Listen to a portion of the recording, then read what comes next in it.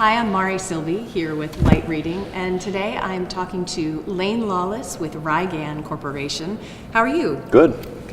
We're here to talk about geothermal cooling and the impact that has on the cable sector in particular. For the layperson, let's just start. Maybe you can describe what geothermal cooling is. Okay. For the layperson, I think the first thing I would explain is what geothermal really is, because what we do is actually not geothermal. True geothermal, and a lot of people get this confused, even people in our own industry. True geothermal means you're drilling a borehole in terms of miles rather than feet for depth. And that's, so you're harvesting the heat of the mantle. And that heat is turned into steam. That steam spins a turbine, you make electricity. Okay. That's true geothermal. What we do is more accurately described as geo-exchange, and that we're digging to water well depths, anywhere from say 300 to 1,000 feet.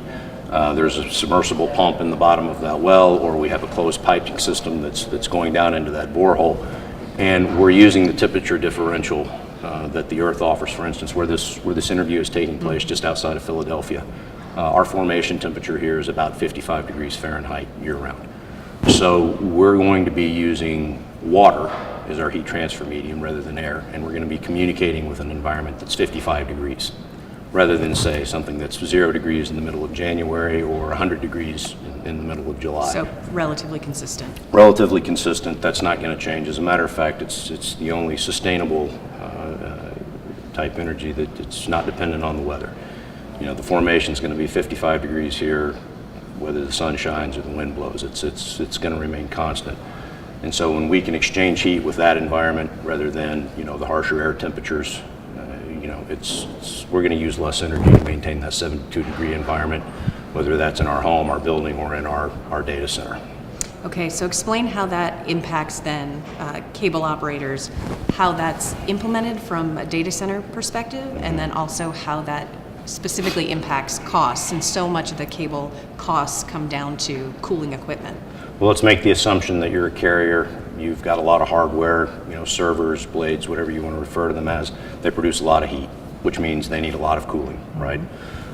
You're going to get more cooling capacity by exchanging heat with an environment that's 55 degrees rather than 100 degrees during the summer. And since I'm using water as the heat transfer medium, for the amount of heat that I can transfer in 3,400 cubic feet of air, I believe that's the number, I can do the same thing with a cubic foot of water. So the pumping power I need to move that 7.5 gallons of water is dramatically less than what I need to move 3,400 cubic feet of air. And so when I've got that at my disposal, I can cool a given set of server racks for 50, 60, 70% less money. Wow, so that's a significant impact, especially over a lifetime of the equipment. Sure. Water does a better job of moving heat than air. Okay. So over the life cycle then, for operators managing a data center that would have geothermal or this type of geothermal exchange, this type of cooling, what should operators look for over the long haul to understand how that can continue to optimize their operations? Right. Well, over the life cycle, the thing they need to be cognizant of is, are they changing the heat load? Meaning, are they adding new servers? Are they adding new equipment? Are they going to be throwing more heat either into the atmosphere, or if we're going to be putting heat into the ground, we need to know exactly how much heat you're going to be putting into the ground, because a given space of geology, it's important to know, otherwise we can overload a given area with too much heat. So geothermal systems, they're a lot like haircuts. People only notice and talk about the bad ones. And so to make sure you don't have a bad one, design is mission critical.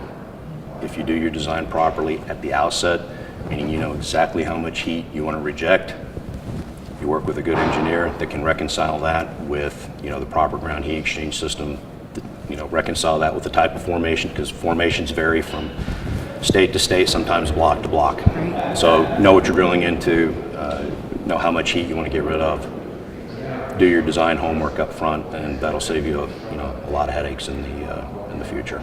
Okay, so design and then continually monitor your heat. Yeah, always monitor. Okay, and that is good advice. Thank you so much for joining us today. All right, thanks for having me. Thanks. All right.